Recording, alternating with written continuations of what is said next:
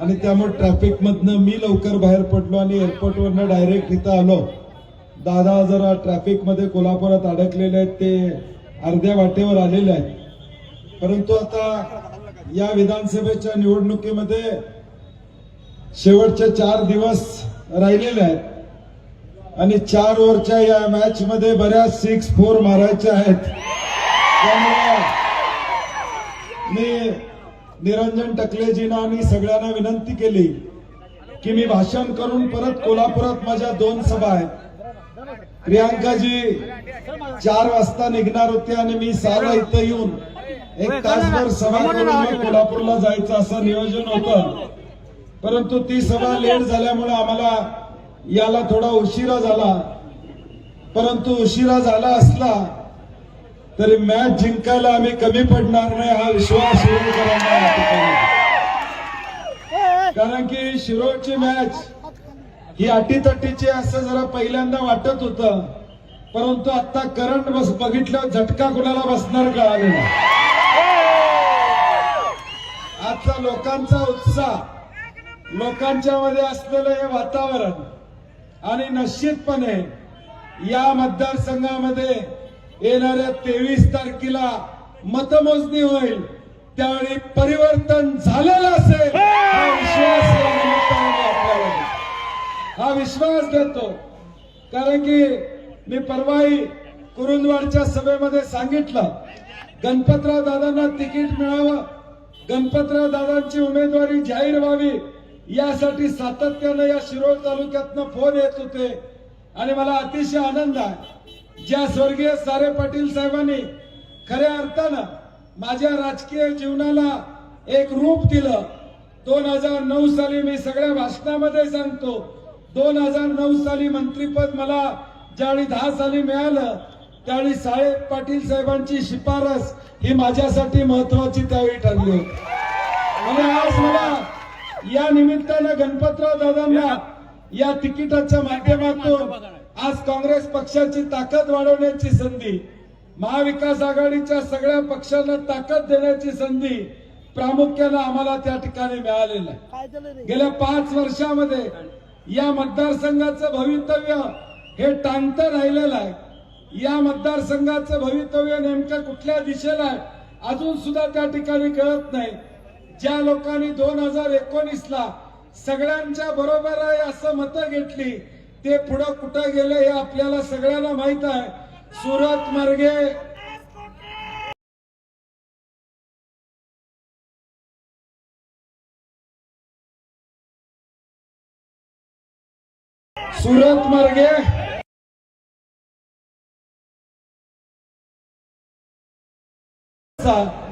या शिरोळ तालुक्यातल्या लोकांनी 2019 साली एका विचारानं, एका ध्येयानं, एक समर्पक विचार घेऊन त्यावेळी मतदान करून एक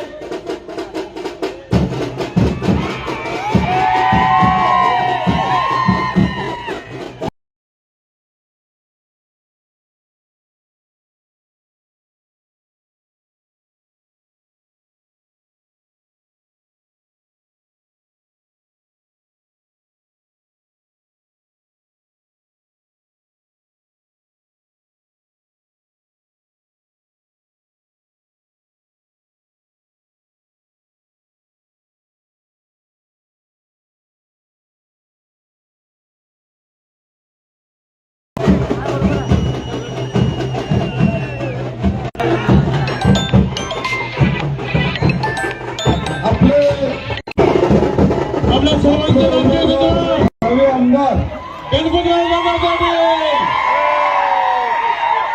दादा आमदार म्हणजे मीच आमदार.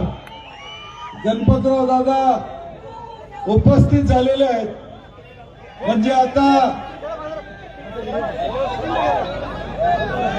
दुधात साखर पडली असं म्हणायला हरकत नाही. आणि म्हणून मी त्याचा उल्लेख केला की 5 वर्ष सर्व धर्म समभाव म्हणून या शिरोळ तालुक्यातल्या सर्व जाती धर्मातल्या लोकांनी आपला माणूस या नात्यानं निवडून देण्याची भूमिका स्वीकारली. माझा साधा प्रश्न आहे की या निवडणुकीमध्ये तुम्ही भाजपबरोबर आहात का नाही? तुम्ही शिंदे नाही त्यांना विचारतो मी. शिंदे गटाबरोबर आहात का नाही? अजितदादांच्या राष्ट्रवादी आहात का नाही? याचं उत्तर ते त्या ठिकाणी देत नाहीत. आता पुन्हा स्वतःची आघाडी म्हणून ते या ठिकाणी पुढे येतात. उद्या आघाडीचा निर्णय काय होईल काय नाही हे मागच्या वेळी आपण बघितलेलं आहे. आणि म्हणून शिरोडकरांना माझी विनंती आहे, ज्या स्वर्गीय सारे पाटील साहेबांनी खऱ्या अर्थानं या शिरोड तालुक्याला एक रूप दिलं, या शिरोड तालुक्याच्या विकासाला गती दिली, या शिरोड तालुक्याला तळ हाताच्या फोडाप्रमाणे जपण्याचं काम केलं. आज त्यांचा खरा वारसा कोण सांगत असेल वारसा तर ह्यो खरा वारसा आहे. कोणतरी सांगत असेल राजकीय वारसा, सामाजिक वारसा, रक्ताचा वारसा पण इथंच आहे, राजकीय वारसा पण इथंच आहे, सामाजिक वारसा पण इथंच आहे. दुसरा कोण वारसा या ठिकाणी सारे पाटील साहेबांचा घेऊ शकत नाही. आणि म्हणून आपली जबाबदारी आहे की येणारी निवडणूक मी म्हणलं तसं अत्यंत शिरोड तालुक्याच्या दृष्टीनं महत्वाचे आहे. आपण मतदान करताना एका बाजूला अविश्वासाचं राजकारण आहे आणि दुसऱ्या बाजूला 50 वर्ष निष्ठावंत असं काँग्रेस पक्षावर राहिलेलं सारे पाटील साहेबांचा, गणपतराव दादांचं राजकारण या ठिकाणी. आता जनतेने या शिरोड तालुक्यातला निर्णय घेणं अपेक्षित आहे. महाराष्ट्रातली जनता तुमच्याकडे बघते, महाराष्ट्रातली जनता या शिरोड तालुक्याकडे बघते की निष्ठावंताच्या बाजूनं हा शिरोड तालुका निर्णय घेणार का अविश्वासाच्या बाजूने घेणार. आपण ताकदीनं येणाऱ्या 20 तारखेला गणपतराव दादांसारख्या निष्ठावंताच्या पाठीशी राहावा ही विनंती करण्यासाठी मी या ठिकाणी आलेला. परवा मागच्या आठवड्यात कुरुंदवाडला सभा झाली. कुरुंदवाडची सभा पण लाईव्ह होती, म्हणजे जोरात होता करंट. दादा तुम्ही याच्या आधी मी सांगितलं करंट एवढा आहे की झटका आता कुठं बसायचा तिथं बसणार आहे या सभेचा. तुम्ही काळजी करू नका. एक संयमी नेतृत्व, एक सुसंस्कृत नेतृत्व, आपल्याला भेटणारं नेतृत्व, कधी फोन केला तर या ठिकाणी काम करणारं नेतृत्व. आणि सुदैवानं दादांचे कुठले भाऊ काय बाकीचं बोलणार नाही, त्यामुळे काळजी करायचं काम नाही. आणि म्हणून आमची सगळ्यांची विनंती आहे, या जिल्ह्यामध्ये आज मी फिरतोय, चंदगड पासून या शिरोड तालुक्यापर्यंत फिरतोय, ते काँग्रेस पक्षाचे आमदार निवडून यावे म्हणून, महाविकास आघाडीचे आमदार निवडून यावेत म्हणून. कारण की शेवटी या राज्यामध्ये जी काही महायुतीचं सरकार आहे हे एक भ्रष्ट सरकार आहे. ज्या भ्रष्ट सरकारनं छत्रपती शिवाजी महाराजांचा पुतळा पडला त्यामध्ये भ्रष्टाचार केला. बदलापूरमध्ये एका लहान बालिकेवर अत्याचार झाला, तिची बाळंती नाही, 14 तास पोलीस स्टेशनला होती, तक्रार सुद्धा घेतली नाही. का तर भाजपचा या ठिकाणी संस्था असल्यामुळे त्याची तक्रार घेतली नाही. मनोज जरांगे पाटलांसारखा आमचा एक तरुण सहकारी अंतरवाली सराटीमध्ये या ठिकाणी मराठा आरक्षणाला बसला, त्या ठिकाणी गोळीबार लाठीमार करायचं काम कुणी केलं? कुणी केलं? या सगळ्या गोष्टी या महाराष्ट्रामध्ये गेल्या 3 वर्षामध्ये भाजपच्या माध्यमातून समाजामध्ये धुई करण्याचं काम त्या ठिकाणी केलं. आज भाजपच्या लोकांची भाषणं ऐका, समाजामध्ये धुई करण्याचं काम करतायत. रोजगाराबद्दल बोलत नाहीत, शेतकऱ्याबद्दल बोलत नाहीत, दूध उत्पादकाबरोबर बोलत नाहीत, महिलांच्या सन्मानाबद्दल या ठिकाणी बोलत नाहीत. फक्त समाजामध्ये तेढ कसा करता येईल, जाती जातीमध्ये भांडणं कशी लावता येईल, हा एकमेव अजेंडा या भाजपचा, शिंदे गटाचा, अजित पवार गटाचा या महाराष्ट्राने या ठिकाणी पाहिलेला आहे. मान खाली घालावी अशी अवस्था गेल्या 3 वर्षामध्ये या महाराष्ट्राची देशामध्ये या ठिकाणी झालेली आहे. आज देशामध्ये फिरत असताना लोक विचारतात, मागचा महाराष्ट्र एक सुखसंपन्न महाराष्ट्र होता, स्वर्गीय यशवंतराव चव्हाण साहेबांनी या महाराष्ट्राचा मंगल कलश आणला, तो महाराष्ट्र कुठं आहे? आणि आजच्या महाराष्ट्राची अवस्था बघितली तर अनेकांच्या डोळ्यामध्ये अश्रू येतात. हाच का तो महाराष्ट्र जो महाराष्ट्र या ठिकाणी अनेक हुतात्म्यांनी या ठिकाणी घडवला, अनेक स्वातंत्र्य सैनिकांनी या ठिकाणी या देशाला स्वातंत्र्य मिळवत असताना या महाराष्ट्रातल्या भूमीतून स्वातंत्र्याचा लढा या ठिकाणी नेला. तोच हा महाराष्ट्र आहे का अशी शंका येण्याप्रत वाईट काम या भाजपाने या शिवसेनेच्या काळामध्ये झालेलं आपल्याला दिसतंय. आणि हे चित्र बदलायचं असेल तर उद्याचं भवितव्य आमचं सुखकारक करायचं असेल, ही निवडणूक गणपतराव दादांना आमदार करण्यासाठी तर आहेच, परंतु तुमचं भविष्य घडवणारी ही निवडणूक असणार आहे. तुमच्या भवितव्याची ही निवडणूक आहे. आज बंटी पाटील जो काय जिल्हाभर या ठिकाणी फिरतोय तर माझा कुठलाही स्वार्थ नाही.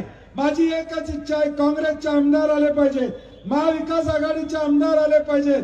दादा अनेक जण आता म्हणतात तू फार शत्रुत्व घेतलेस. मी म्हटलं शत्रुत्व घेतलं हरकत नाही. या कोल्हापुरातली जनता जोपर्यंत बंटी पाटलाच्या पाठीशी आहे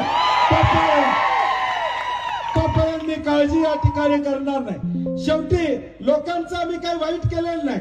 दादा असतील आम्ही असो, आम्ही सगळ्यांनी लोकांचं भलं करण्याचं काम केलेलं आहे. लोकांना मदत करण्याची भूमिका आम्ही स्वीकारलेली आहे. आणि म्हणून आम्ही जे तुमच्याकडे हक्काने येतोय, आज ज्या उत्साहानं मला वाटते 1000-2000 मोटरसायकली दादा तिथं होत्या. मी म्हणलं आता एखादं पडायला नको, म्हणलं आपण पुढे जाऊया लवकर. एवढा उत्साह होता पोरांच्या मध्ये. मला वाटते आता सगळ्यांचा उत्साह बघितल्यानंतर 20 तारीख कधी येते वाट बघायला लागली.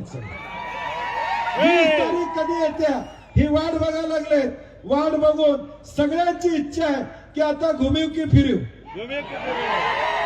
त्यामुळे राहिलेले आता आज 16 तारीख आहे, 4 ओव्हर राहिलेले आहेत फक्त आपल्याला. दररोज 1 ओव्हर आहे आपली. 4 ओव्हरची मॅच शिल्लक आहे. 23 तारखेला आपल्याला निकाल या ठिकाणी लागणार आहे. या पुढच्या 4 दिवसामध्ये आपण सगळ्यांनी फिल्डिंग टाईट ठेवा. गणपतराव दादा बॅटिंगला कमी पडणार नाही. आपण सगळ्यांनी ताकदीनं या मतदारसंघामध्ये कोण कुठनं घुसतंय काय घुसतंय याचा विचार करू नका. कोण मागणं घुसणार आहे कोण पुढनं घुसणार आहे हा प्रयत्न या ठिकाणी होणार आहे, त्याचा विचार करू नका. मला चिठ्ठी आली की खासदार माने आणि गणपतराव दादांच्यावर एकेरी बोलून टीका केली. खरं आहे?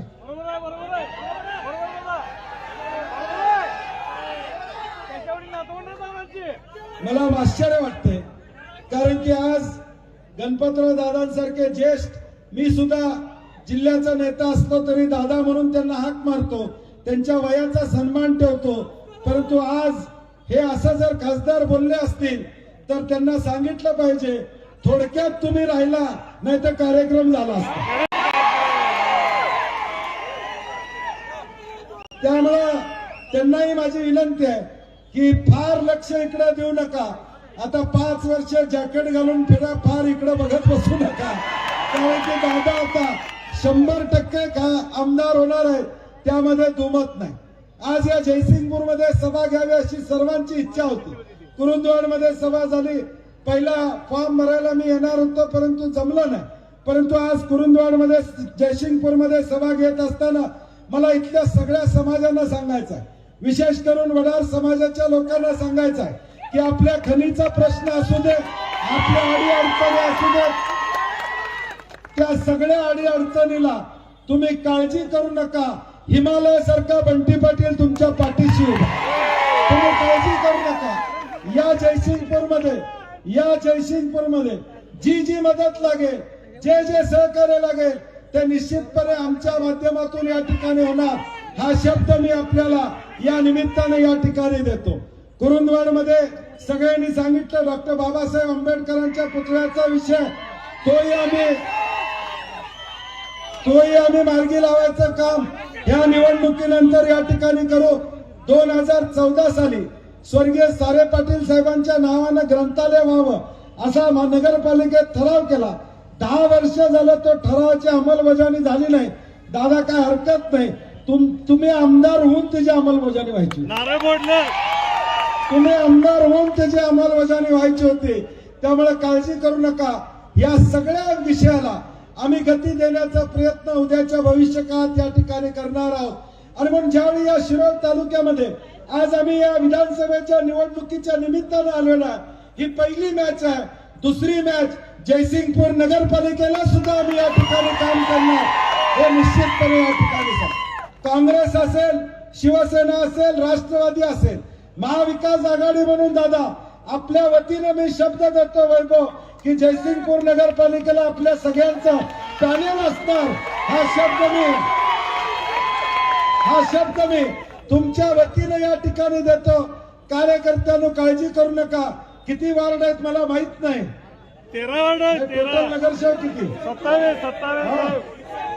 24 नगरसेवक आहेत. त्यामुळे 24 कार्यकर्त्यांना आता उद्याच्या भविष्यकाळात मोठं व्हायची संधी त्या ठिकाणी मिळणार आहे. उद्याच्या भविष्यकाळात मोठं व्हायची ताकद तुम्हाला मिळणार आहे आणि म्हणून काळजी करू नका. शेवटी एक व्रत पकडलेलं आहे. या जिल्ह्यामध्ये महाविकास आघाडी काँग्रेसला बळ देणं ही माझ्यासारख्या कार्यकर्त्यांची जबाबदारी आहे. किती किंमत मोजायला लागू दे, किती संकट या ठिकाणी होते, संकटाला भिणारा हा बंटी पाटील या ठिकाणी नाही, संकटाला भिणारा या ठिकाणी नाही. आणि म्हणून निश्चितपणे या सगळ्या विषयामध्ये जयसिंगपूर मधला मगाशी म्हणल्याप्रमाणे डॉक्टर बाबासाहेब आंबेडकरांच्या पुतळ्याचा विषय असेल, शिरोळ मधला छत्रपती शिवाजी महाराजांच्या स्मारकाचा विषय असेल, हे सगळे विषय मार्गी लावण्याची जबाबदारी जिल्ह्याचा नेता म्हणून मी या ठिकाणी ग्वाही देतो की गणपतराव दादा आमदार झाल्यानंतर हे सगळे विषय मार्गी लागतील हा विश्वास देतो. आणि मी दादांची परवानगी घेतो.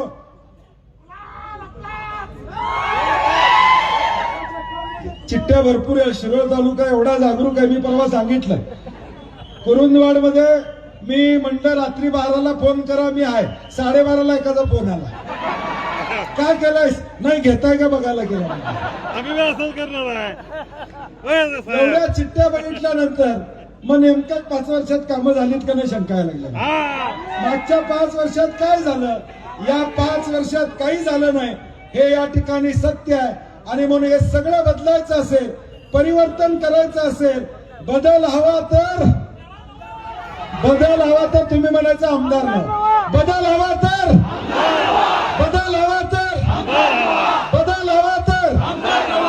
एवढंच या ठिकाणी काम